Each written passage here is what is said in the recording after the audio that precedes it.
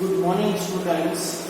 આપણે લાસ્ટ લેક્ચરમાં પર્સનલ પ્રોનાઉન્સનો અભ્યાસ કર્યો હતો. આજે આપણે એના પછીનું આપણું ટોપિક છે રિલેટિવ પ્રોનાઉન્સ. હવે રિલેટિવ પ્રોનાઉન્સ એટલે શું? તમે એક શબ્દથી પરિચિત છો. આપણે ઘણી વખત એમ કહીએ કે ફલાણી વ્યક્તિ અમારા રિલેટિવ છે. રિલેટિવ એટલે સંબંધી.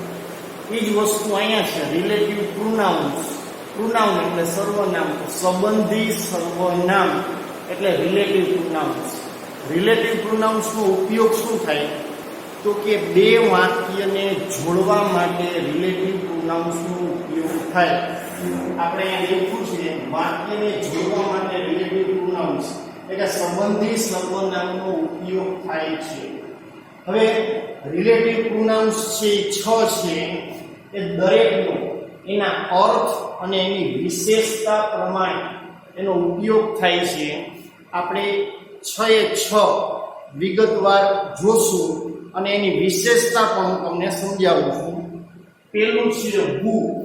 હવે હુથી તમે પરિચિત છો, પણ હુ છે પ્રશ્ન સર્વનામ તરીકે આવે અને રિલેટિવ પ્રોનાઉન્સ તરીકે આવે. ઇન્ટ્રોગેટિવ પ્રોનાઉન્સ આપણે ભણવાના છે, એમાંય હુ આવશે, રિલેટિવ પ્રોનાઉન્સમાં હુ આવે. પરંતુ ઇન્ટ્રોગેટિવ પ્રોનાઉન્સમાં હુ આવે એ વાક્યની શરૂઆતમાં હોય, જ્યારે રિલેટિવ પ્રોનાઉન્સમાં હુ આવે એ વાક્યમાં વચ્ચે મુકાય. હવે એનો ઉપયોગ કઈ રીતના થાય ધ્યાન આપજો. તો હુ એટલે કે છે. હુ એટલે કે જે કોઈ સજીવ વ્યક્તિ એટલે સ્ત્રી કે પુરુષ, કોઈ સજીવ સ્ત્રી કે પુરુષ માટે કર્તા તરીકે હુ છે એ કર્તાનું સૂચન કરે. કર્તા તરીકે સંબંધી સર્વનામ તરીકે મુકાય છે જ્યારે વાક્યમાં કોઈ સજીવ વ્યક્તિની વાત હોય, એટલે કે કોઈ સ્ત્રી પુરુષની વાત હોય, ખાલી જગ્યા પછી ક્રિયાપદ આપેલું હોય તો હુ જ મુકાય. આ ખાસ ધ્યાન રાખજો. દાખલા તરીકે તમને સજીવની વાત આપી છે, ખાલી જગ્યા પછી ક્રિયાપદ છે તો હુ જ મુકાય. એક્ઝામ્પલ તરીકે આપણે વાક્ય લીધું છે ધીસ ઇઝ ધ મેન.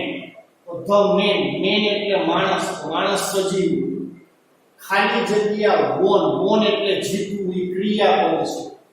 ખાલી જગ્યા પછી ક્રિયાપદ હોય તો જવાબમાં એટલે કે ખાલી જગ્યામાં હુ જ મુકાય. Who won the match, this is the man who won the match. આ એ માણસ છે કે જે મેચ જીત્યો. ત્યાર પછી ગુણની વાત કરીએ તો ગુણ એટલે કે જેને, જ્યારે કોઈ સજીવ સ્ત્રી કે પુરુષ માટે કર્મ તરીકે સંબંધી સર્વનામ મૂકવાનું હોય, કર્મ તરીકે હું કર્તાનું સૂચન કરતું હતું, હું કર્મનું સૂચન કરે, તો કર્મ તરીકે સંબંધી સર્વનામ મૂકવાનું હોય તો હુનો ઉપયોગ થાય છે. એની વિશેષતા શું? તો કે જ્યારે વાક્યમાં ખાલી જગ્યા પછી કોઈ સર્વનામ આપેલું હોય, ખાલી જગ્યા પછી સર્વનામ હોય તો જવાબમાં હુમ જ મુકાય. કોઈ સજીવની વાત હોય, ખાલી જગ્યા પછી સર્વનામ હોય તો હુમ જ આવે. દાખલા તરીકે વાક્ય કે ધીસ ઇઝ ધ ગર્લ. આ એ છોકરી છે, ખાલી જગ્યા આઈ સર્વનામ છે. હુમ આઈ પનિશ્ડ વેલ, કે જેને મેં સારી રીતે સજા કરી હતી. તો ખાલી જગ્યા પછી સર્વનામ છે, ખાલી જગ્યા પેલા સજીવ છે તો હુમ જ મુકાય. ત્યાર પછી બુશ. બુશ ક્યારે મુકાય? બુશ છે એ સજીવ વ્યક્તિઓનો સંબંધ દેખાડે. દાખલા તરીકે કોઈ વાક્યમાં કોઈ સજીવ સ્ત્રી કે પુરુષનો સંબંધ કોઈ વસ્તુ કે વ્યક્તિ સાથે દર્શાવવાનો હોય ત્યારે સંબંધી સર્વનામ તરીકે હુ જ મુકાય છે. એની વિશેષતા કે જ્યારે ખાલી જગ્યા પછી કોઈ નામ આપેલું હોય તો હુ જ મુકાય. ત્રણેય વસ્તુ તમારી સામે છે. સજીવ, ખાલી જગ્યા ક્રિયાપદ તો હુ, સજીવ ખાલી જગ્યા સર્વનામ તો હુમ, સજીવ ખાલી જગ્યા નામ તો હુઝ જ આવે. આ ત્રણેય વસ્તુ યાદ રાખજો. ખાલી જગ્યા પછી ક્રિયાપદ હોય તો હુ, ખાલી જગ્યા પછી સર્વનામ હોય તો હુ, અને ખાલી જગ્યા પછી નામ હોય તો હુઝ. આગળ સજીવ હોવાનું. હવે પછીનું સર્વનામ ઈથી અલગ. અહીંયા તમને એવું કે this is the boy whose notebook is dirty. ખાલી જગ્યા પછી નોટબુક એ નામ છે એટલે અહીંયા હુઝ મુકાણું. ચાલો ત્યાર પછી આપણે which નો ઉપયોગ જોઈએ. which એટલે કે છે જ્યારે વાક્યમાં નાન્યતર જાતિનો ઉલ્લેખ થયો હોય તો which નો ઉપયોગ થાય છે. નાન્યતર જાતિ એટલે કોઈ સ્ત્રી પુરુષ એના સિવાય બધાય, સ્ત્રી પુરુષ સિવાય બધાય, કોઈ પણ પશુ પક્ષી પ્રાણી વસ્તુ પદાર્થ પ્રવાહી બધું એમાં whichમાં આવે. એટલે નાન્યતર જાતિનો ઉલ્લેખ થયો હોય તો which નો ઉપયોગ થાય. હુની જેમ કર્તા તરીકે નિર્જીવ વસ્તુ કે પ્રાણી પદાર્થ માટે which મુકાય છે. આ યાદ રાખજો. દાખલા તરીકે ધીસ ઇઝ ધ લાયન. આ સિંહ છે.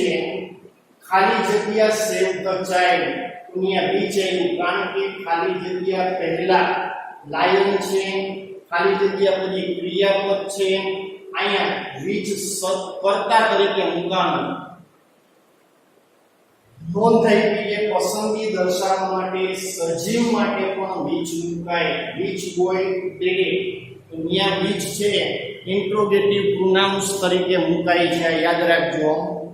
ત્યાર પછી જોઈએ that. that ક્યારે વપરાય? that નો ઉપયોગ સજીવ તથા નિર્જીવ બંને માટે થાય. that સજીવ નિર્જીવ બેય દર્શાવે. that સજીવ નિર્જીવ બેય દર્શાવે છે, પરંતુ એના કેટલાક નિયમો છે. 4 નિયમ એ જોઈએ. એક તો વાક્યમાં કોઈ ઇન્ડિફાઇનાઇટ પ્રોનાઉન્સ નો ઉપયોગ થયો હોય, જેમ કે વાક્યમાં all, same, any, one, none, nothing, everything, the only, આમાંથી કોઈ પણ ઇન્ડિફાઇનાઇટ પ્રોનાઉન્સ આપ્યું હોય. ઇન્ડિફાઇનાઇટ પ્રોનાઉન્સ એટલે અનિશ્ચિત સર્વનામો. આપણે આ ટોપિક પણ ભણવાનો છે. તો આમાંથી કોઈ પણ આપેલ હોય તો that મુકાય. દાખલા તરીકે આપણે જોઈએ ધ thief. thief એટલે ચોર. stole. stole એટલે ચોરી કરી. everything એટલે દરેક વસ્તુ. ચોરે દરેક વસ્તુની ચોરી કરી. that અહીંયા સંયોજક તરીકે that મુકાણું છે. that had golden shinings. કે જે સોનાની જેમ ચમકતું હતું. જે સોનાની જેમ ચમકતું હતું એવી દરેક વસ્તુની ચોરી કરી છે. તો અહીંયા that છે એ વાક્યને જોડવા માટે મુકાણું છે. રિલેટિવ પ્રોનાઉન્સ તરીકે ગોલ્ડન શાઇનિંગ એનો સંબંધ એવરીથિંગ સાથે છે, જે વસ્તુ ચોરી કરી. બીજા વાક્યમાં જોઈએ. વાક્યમાં who ને what બેમાંથી એક ગમે વપરાવું. વાક્યમાં તમને પહેલેથી જ who કે what આપી દીધું હોય. who સજીવ માટે વપરાય, what નિર્જીવ માટે વપરાય. તો એના પછી સંબંધક સર્વનામ તરીકે that નો ઉપયોગ થાય. દાખલા તરીકે વાક્ય એવું કે who was the man. એ કયો વ્યક્તિ હતો that killed મહાત્મા ગાંધી. કે જેને મહાત્મા ગાંધીને મારી નાખ્યા. તો અહીંયા વાક્યમાં who આપી દીધું છે એટલે that મુકાણ. પછી ત્રીજો ઉપયોગ આવ્યો છે જ્યારે એક જ વાક્યમાં કોઈ વ્યક્તિ, વસ્તુ, પ્રાણી એનો ઉલ્લેખ થયો હોય, બધાયનો અર્થ સાથે આવ્યો હોય તો પણ that મુકાય. જ્યારે એક જ વાક્યમાં વ્યક્તિ, પ્રાણી કે પદાર્થનો અર્થ સાથે સૂચવેલો હોય ત્યારે that નો ઉપયોગ થાય છે. દાખલા તરીકે ધ ગોલ્ડ. ગોલ્ડ એટલે સોનું. એન્ડ ગોલ્ડસ્મિથ એટલે સોની. સોનું અને સોની ધેટ વેર ફાઉન્ડ કે જે અહીંયા ધેટ રિલેટિવ પ્રોનાઉન્સ તરીકે વપરાણું. સજીવ નિર્જીવ બેની વાત છે. ગોલ્ડ એટલે સોનું એ નિર્જીવ હોય અને ગોલ્ડસ્મિથ એટલે સોની એ સજીવ હોય. ધેટ વેર ફાઉન્ડ કે જેને શોધી કાઢવામાં આવ્યા એટ ધ એરપોર્ટ ઉપર were examined by the custom officer. તેનું કસ્ટમ ઓફિસર દ્વારા ચકાસણી કરવામાં આવી. તો અહીંયા સજીવ નિર્જીવ બેની વાત હતી એટલે ધેટ મુકાણું. ત્યાર પછી ચોથો નિયમ છે સુપરલેટિવ ડિગ્રીનું વાક્ય હોય. સુપરલેટિવ ડિગ્રી એટલે શ્રેષ્ઠતા વાચક વિશેષણ એની વાત થતી હોય. તો સુપરલેટિવ ડિગ્રીમાં વિશેષણ જે મુકાણું હોય એના પછી રિલેટિવ પ્રોનાઉન્સ તરીકે ધેટ જ મુકાય છે. દાખલા તરીકે વાક્ય આપ્યું કે he is the cleverest boy. તે સૌથી હોશિયાર છોકરો છે. that I ever saw. કે મેં આવું ક્યારેય નથી જોયું. તો આ પાંચે પાંચ સર્વનામ છે એ પોતાના નિયમ મુજબ વપરાય છે. ફરી જણાવી દઉં. who સજીવ માટે કર્તા તરીકે, whom સજીવ માટે જ કર્મ તરીકે, whose સજીવ માટે સંબંધક દર્શક સર્વનામ તરીકે, which છે નાન્યતર જાતિ માટે અને that છે સજીવ નિર્જીવ બે માટે, પરંતુ એના ચાર નિયમ પ્રમાણે. આ યાદ રાખજો. ખાલી જગ્યા પછી ક્રિયાપદ હોય, આગળ સજીવ હોય તો હું જ મુકાય. ખાલી જગ્યા પછી સર્વનામ હોય, આગળ સજીવ હોય તો હુમ જ મુકાય. ખાલી જગ્યા પછી નામ હોય, આગળ સજીવ હોય તો હુઝ જ મુકાય. ખાલી જગ્યા પહેલા નાન્યતર જાતિનું નામ આપ્યું હોય તો વિચ જ મુકાય અને ધેટ એના નિયમ પ્રમાણે મુકાય. હવે આપણે વોટ અને પછી એક્સરસાઇઝ જોશું. આ પાંચમાં પહેલા નજર કરી લ્યો. ચાલો ત્યાર પછી આપણે વોટનો ઉપયોગ જોઈએ. વોટ એટલે કે જે. વોટનો મતલબ એ થાય કે જે, પરંતુ એ માત્ર નિર્જીવ માટે જ વપરાય છે. સામાન્ય રીતે વોટ સંબંધક સર્વનામ તરીકે મુકાય. તેના પછી કર્તા કે કર્મ વિભક્તિનું નામ કે સર્વનામ હોય છે. જ્યારે વોટ સંયોજક તરીકે મુકાય, રિલેટિવ પ્રોનાઉન્સ તરીકે, સંબંધક સર્વનામ તરીકે, ત્યારે એમાં કર્તા કે કર્મ વિભક્તિનું નામ કે સર્વનામ હોય છે. વોટનો ઉપયોગ નિર્જીવ કે નાન્યતર જાતિના સંબંધક સર્વનામ તરીકે થાય છે. આ ખાસ યાદ રાખજો. સજીવ માટે ત્યારે વોટ ન વપરાય. હવે ઉદાહરણ આપ્યું કે આઈ કુડ નોટ અન્ડરસ્ટેન્ડ. હું સમજી શક્યો નહીં. ખાલી જગ્યા હી લેક્ચર. What he lecture. તો અહીંયા ખાલી જગ્યા પછી હી આપ્યું છે એ કર્તા સર્વનામ છે. એટલે તમને કર્તા કર્મ વિભક્તિનું નામ કે સર્વનામ આપ્યું હોય, અહીંયા સમજી શક્યો નહીં. હવે એને જે લેક્ચર આપ્યું હોય, લેક્ચર નિર્જીવ હોય એટલે અહીંયા વોટનો ઉપયોગ થયો. હવે આપણે ખાલી જગ્યા એક્સરસાઇઝ કરવાની છે. એક્સરસાઇઝમાં તમારે માત્ર તમને આપેલો નિયમ યાદ રાખવાનો છે કે સજીવની વાત થતી હોય, ખાલી જગ્યા પછી ક્રિયાપદ હોય તો હું જ્યારે સજીવની વાત થતી હોય, ખાલી જગ્યા પછી સર્વનામ હોય તો હુમ જ્યારે સજીવની વાત થતી હોય, ખાલી જગ્યા પછી નામ હોય તો હુઝ આવે અને નિર્જીવ હોય, ખાલી જગ્યા પછી ક્રિયાપદ આપેલું હોય તો વિચ આવે. નિર્જીવ માટે વિચ મુકાય. આટલું યાદ રાખવાનું છે. હવે એક એક ખાલી જગ્યા છે એ આપણે નિયમ સાથે જોઈએ. ધ્યાન આપજો, પેલી ખાલી જગ્યા આપી છે ધ ગર્લ. ગર્લ એટલે છોકરી. છોકરી સજીવ કે નિર્જીવ?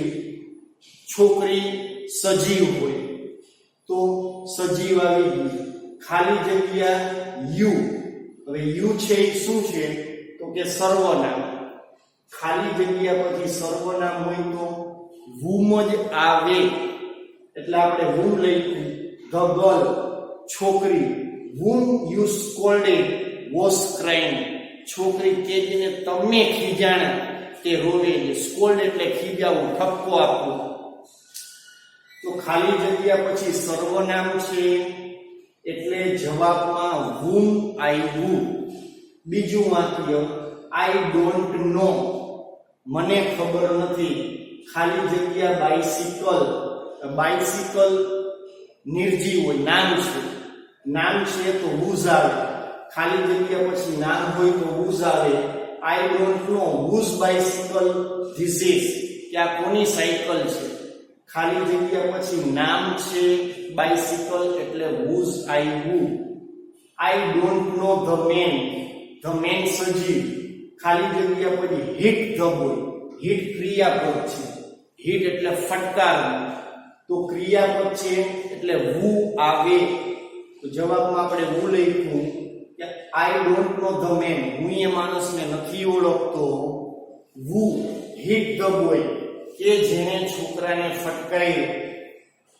he is the good man. good man સજીવ છે. ખાલી જગ્યા we want. ખાલી જગ્યા પછી we છે એ શું છે તો સર્વનામ. સર્વનામ હોય તો whom જ આવે. તો whom we want. આ એ સારો માણસ છે જેવો આપણે જોતો. ચાલો આ બધાય માત્ર તમે ઓલા નિયમ યાદ રાખશો એટલે સાવ સહેલું લાગશે. This is the cat. cat એટલે બિલાડી. બિલાડી નાન્યતર જાતિમાં આવે. નાન્યતર જાતિમાં આવે તો which. હું એક પણ ઓપ્શન નથી જોતો. તમને કાઉન્સમાં ઓપ્શન આપ્યા છે એ જોઈ લેજો બુકમાં. મેં ઉપર બધા ભેગા લઈ લીધા છે. ઓપ્શનમાં પણ જોવાની જરૂર નથી. તમારે માત્ર આ નિયમને અનુસરવાનું છે. which killed the rat. we sometimes quarrel. sometimes એટલે ક્યારે. quarrel એટલે ઝઘડવું. with those એવા લોકો સાથે. ખાલી જગ્યા we love. ખાલી જગ્યા પછી સર્વનામ છે we, તો આગળ whom જ આવે. બીજો નિયમ, હું એક પણ ખાલી જગ્યામાં કાંઈ નથી જોતો, માત્ર નિયમ ઉપરથી જવાબ બોલું. I saw a man. man સજીવ. ખાલી જગ્યા was. was ક્રિયાપદ છે. ક્રિયાપદ છે તો who જ આવે. I saw a man who was selling apples. મેં એ માણસને જોયો કે જે સફરજન વેચતો. There goes the boy. Boy સજીવ છે. ખાલી જગ્યા પછી આ સર્વનામ. આ સર્વનામ, સર્વનામ, આ સર્વનામ. અહીંયા બધે ભુજ મુકાનું. આ ક્રિયાપદ છે તો અહીંયા who આવ્યું. અહીંયા ક્રિયાપદ છે તો who આવ્યું. તમે માત્ર નિયમ યાદ રાખો એટલે સાવ સહેલું લાગશે. There goes the boy. અહીંયા સર્વનામ આવ્યું તો whom આવ્યું. whom I had called just now. એ છોકરો જાય છે કે જેને મેં હમણાં જ બોલાવ્યો હતો. ત્યાર પછી છે this is the radio. હવે રેડિયો સજીવ નથી. સજીવ નથી તો વિચાર. which my father bought from Japan. કે જે મારા પિતાશ્રીએ જાપાનથી ખરીદ્યો. she is the girl. ખાલી જગ્યા I સર્વનામ છે તો whom આવે. આ એ છોકરી છે whom I met in the garden. કે જેને હું બગીચામાં મળ્યો હતો. this is the building. Building સજીવ કે નિર્જીવ? ખાલી નિર્જીવ ખબર પડી તો અહીંયા which જ આવે. જવાબમાં which I talked to you yesterday. કે જેના વિશે હું વાત કરતો. અહીંયા ભલે સર્વનામ નહીં પણ અહીંયા નિર્જીવ છે એટલે which મૂકો. આટલું યાદ રાખજો. This is the statue. અહીંયા સ્ટેચ્યુ એટલે તો કે મૂર્તિ. તો આ નિર્જીવ હોય, ખાલી જગ્યા પછી ભલે ક્રિયાપદ આપ્યું, આપણે ક્રિયાપદ લખ્યું છે, નિર્જીવ હોય તો વિચ જ આવે. વિચ લખ્યું, which is made by a great artist, કે જે મહાન કલાકાર દ્વારા બનાવવામાં આવ્યું. આઈ નો ધ મર્ચન્ટ, હું એક વેપારીને ઓળખું છું. વેપારી સજીવ હોય. ખાલી જગ્યા lives here, કે જે અહીંયા રહે. ખાલી જગ્યા પછી ક્રિયાપદ છે તો હું આવ્યું. ધીસ આર ધ મેન, આ બહુવચન છે, સજીવ છે. આ એ માણસો જે ખાલી જગ્યા એ ટ્રસ્ટ, ખાલી જગ્યા પછી સર્વનામ છે તો હું મુકાય, કે જેનો હું વિશ્વાસ કરી શકું. ધીસ ઇઝ ધ હોર્સ, આ એક ઘોડો છે. ઘોડો નાન્યતર જાતિમાં આવે એટલે વિચ મુકાનું. વિચ વોન ધ રેસ, કે જે રેસ જીતો. અ ચાઇલ્ડ, બાળક સજીવ હોય. ખાલી જગ્યા પેરેન્ટ્સ નામ છે, કે જેના માતા પિતા. ચાઇલ્ડનો પેરેન્ટ્સ સાથે સંબંધ દેખાડવાનો છે તો whose are, whose parents are dead and is an orphan. આ એ બાળક છે કે જેના માતા પિતા ગુજરી ગયા છે, એ એક અનાથ છે. ઓર્ફેન એટલે અનાથ. જેના માતા પિતા ન હોય એને આપણે અનાથ કહીએ છીએ. Where is the pen, pen નિર્જીવ હોય તો વિચ આવે. Which you borrowed from me, એ પેન ક્યાં છે કે જે તમે મારા પાસે ગઈકાલે ઉછીની લીધી હતી. બોરો એટલે ઉછીનું લેવું. માય અંકલ સજીવ હોય. ખાલી જગ્યા પછી ઇઝ ક્રિયાપદ છે તો હુ આવે. My uncle who is an engineer lives here, મારા કાકા કે એન્જિનિયર છે એ અહીં રહે છે. પછી આઈ હેવ અ ફ્રેન્ડ, મારે એક મિત્ર છે. ખાલી જગ્યા ઇઝ ક્રિયાપદ છે તો who is fond of collecting stamps, કે જેને ટિકિટ એકઠી કરવાનો શોખ છે. સ્ટેમ્પ એટલે ટપાલની ટિકિટ. આઈ લાઈક ધ હોર્સ, ઘોડો નાન્યતર જાતિમાં આવે તો which was in the stable. તો એક પણ ખાલી જગ્યા છે આપણા નિયમની બહાર કે નથી. તમે માત્ર નિયમને અનુસરો એટલે જવાબ આવે જ અને આવડે. એટલે ખાસ ધ્યાન રાખજો, દરેક વિદ્યાર્થીએ નિયમો પાકા કરવાના છે, તૈયાર કરવાના. માત્ર પુસ્તકીય જ્ઞાન નથી મેળવવું, આપણે આવી રીતના વ્યવહારિક જ્ઞાન મેળવવાનું છે. અને અહીંયા આપણું રિલેટિવ પ્રોનાઉન્સ નામનો ટોપિક પૂરો થાય છે. આના પછીના લેક્ચરમાં આપણે ઇનડિફાઇનાઇટ પ્રોનાઉન્સ ભણશું. આપણે 10મા ધોરણમાં 5 થી 6 પ્રકારના સર્વનામો ભણવાના છે. એ દરેક પોતાના નિયમ પ્રમાણે ચાલશે. અને દરેક વિદ્યાર્થીને હું દર લેક્ચરમાં સૂચના આપું છું, આ વ્યવસ્થિત તમારી બુકમાં રાખજો. માત્ર આ વર્ષ પૂરતું નહીં, તમને દર વર્ષે ઉપયોગી થશે. આને આ વસ્તુ આગળ તમારે પાછી ભણવાની આવશે. અત્યારે વ્યવસ્થિત ભણ્યા છો તો આગળ તમારે ગોતવા જવું નહીં પડે. ચાલો ઉતારી લેજો. અને દરેક વિદ્યાર્થી વારંવાર ભલે આને જોવા પડે, એકને એક લેક્ચર વારંવાર જોઈ લેજો. બધાને best of luck, all the best. Thank you.